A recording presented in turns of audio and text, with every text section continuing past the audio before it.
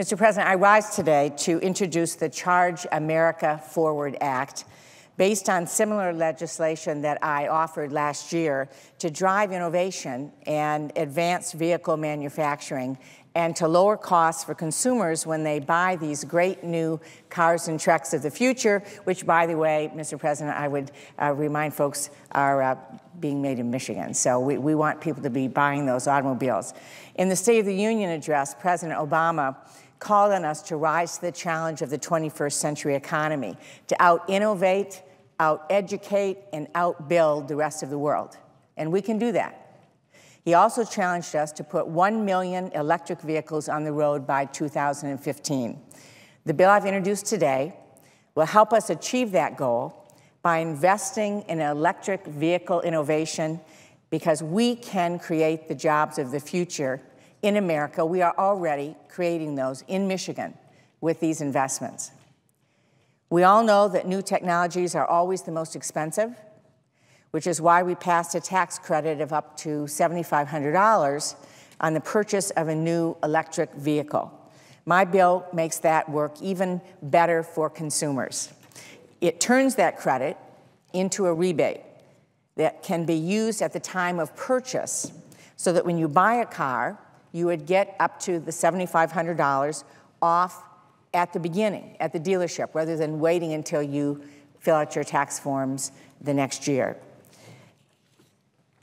Right now, there's a cap on how many people can take advantage of these credits, so my bill would double that so more people can get the savings from these particular credits and buy these new great vehicles. And right now, when we see gas prices anticipating rising like crazy on through the summer, wouldn't it be great if you had an automobile that went 200 or 300 miles on a gallon of gas, or maybe didn't need any gas at all? That's what this is really about. The bill also increases investments in battery technology and innovation.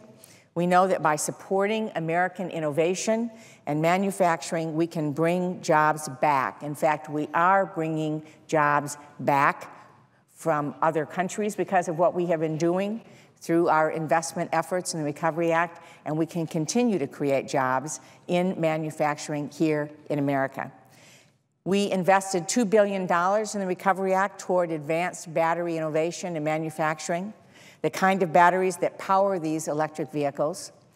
Before we made that investment, the United States made 2% of the world's advanced batteries, 2%. In just 4 years, because of that investment, we will be making 40% of the world's advanced batteries. That's a big deal. That's an effective investment. My bill calls for doubling this smart investment and building on the partnerships to create even more jobs. We want to make our country the undisputed leader in advanced battery technology, manufacturing, and development. We're on the way to doing that. We need to just keep focused, and we will get there. The Charging America Forward Act also extends a tax credit for businesses who purchase hybrid, medium, and heavy-duty trucks. This will help make those technologies more affordable for our companies and job creators, and in addition to the savings they'll get from better fuel efficiency. The bill extends an important tax credit to support charging stations, so we have the infrastructure at our homes, in our garage, or downtown, or at our business that's needed to be able to power the electric vehicles.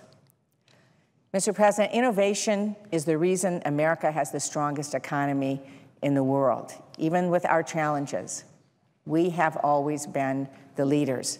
To compete in a 21st century economy, we need a strong, vibrant investment strategy, an economy that looks to the future, not the past. That's what Charging America Forward is all about. With the right investments, we can create jobs today that will last for years and years to come. We are in a race for the future. We need to outcompete our global competitors around the world. We can do that. We will do that if we out-innovate, out-educate, and out-build. And that's what this legislation is about, investing in the future to win that race, investing in advanced vehicles so that we can get there, that future that we all want, Mr. President.